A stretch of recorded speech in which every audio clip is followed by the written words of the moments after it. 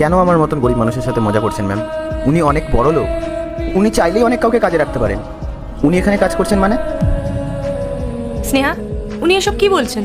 তুমি নাকি অনেক বড় লোক, অনেক মানুষকে তোমার বাড়িতে কাজে রাখার মতো সামর্থ্য নাকি তোমার আছে, তাহলে তুমি আমার বাড়িতে কাজ করছো কেন? দিদি, ও ঠিকই বলেছে। আমার কাছে টাকা ছিল, কিন্তু এখন আর নেই। আমার বাবার একটা ভালো বিজনেস ছিল, আর আমিও ভালো ইনকাম করতাম, কিন্তু সেই সময় আমি টাকার মর্ম বুঝতাম না। আমার বাবার খুব ভালো ব্যবসা ছিল, আমার বাবা খাটনি করে কামাতো, আর আমি ফালতু খরচা করেই যেতাম। কখনো টাকার মর্ম বুঝিনি। যেখানে 600 টাকা বিল হতো, 1000 টাকা 2000 টাকা পে করে দিতাম। একদিন হঠাৎ আমার বাবা অসুস্থ হয়ে পড়লো।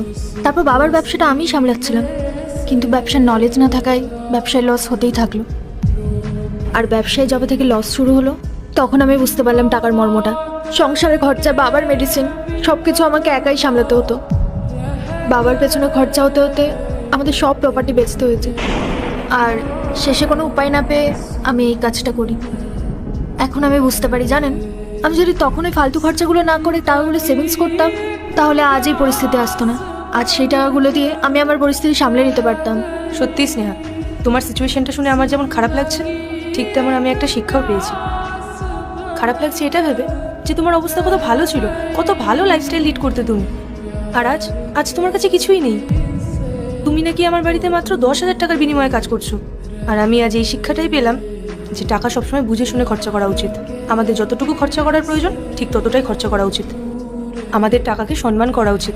আমরা যদি টাকাকে সম্মান না করি, তাহলে পরবর্তীকালে সেই টাকাটাও আর আমাদের কাছে থাকবে না।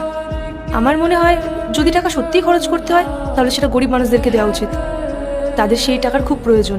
আর না হলে সেভিংস করা উচিত, যাতে ভবিষ্যতে কোনো রকম কোনো বিপদে পড়লে ওই টাকাটা আমাদের কাজে লাগে। আর আমাদের এটাও ভাবা উচিত যে কি করে আমরা আরও বেশি টাকা ইনকাম করতে পারবো। কিন্তু আমরা তা করি না। আমরা তো এইসব একবারও ভেবেও দেখি না। আমরা কি করি?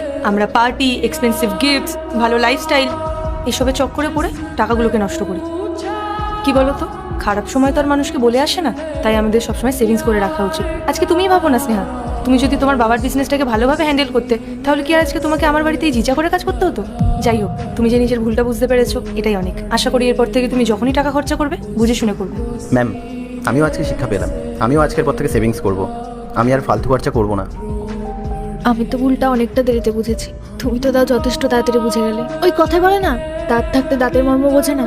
আমার ব্যাপারটাও ঠিক তাই হয়েছে।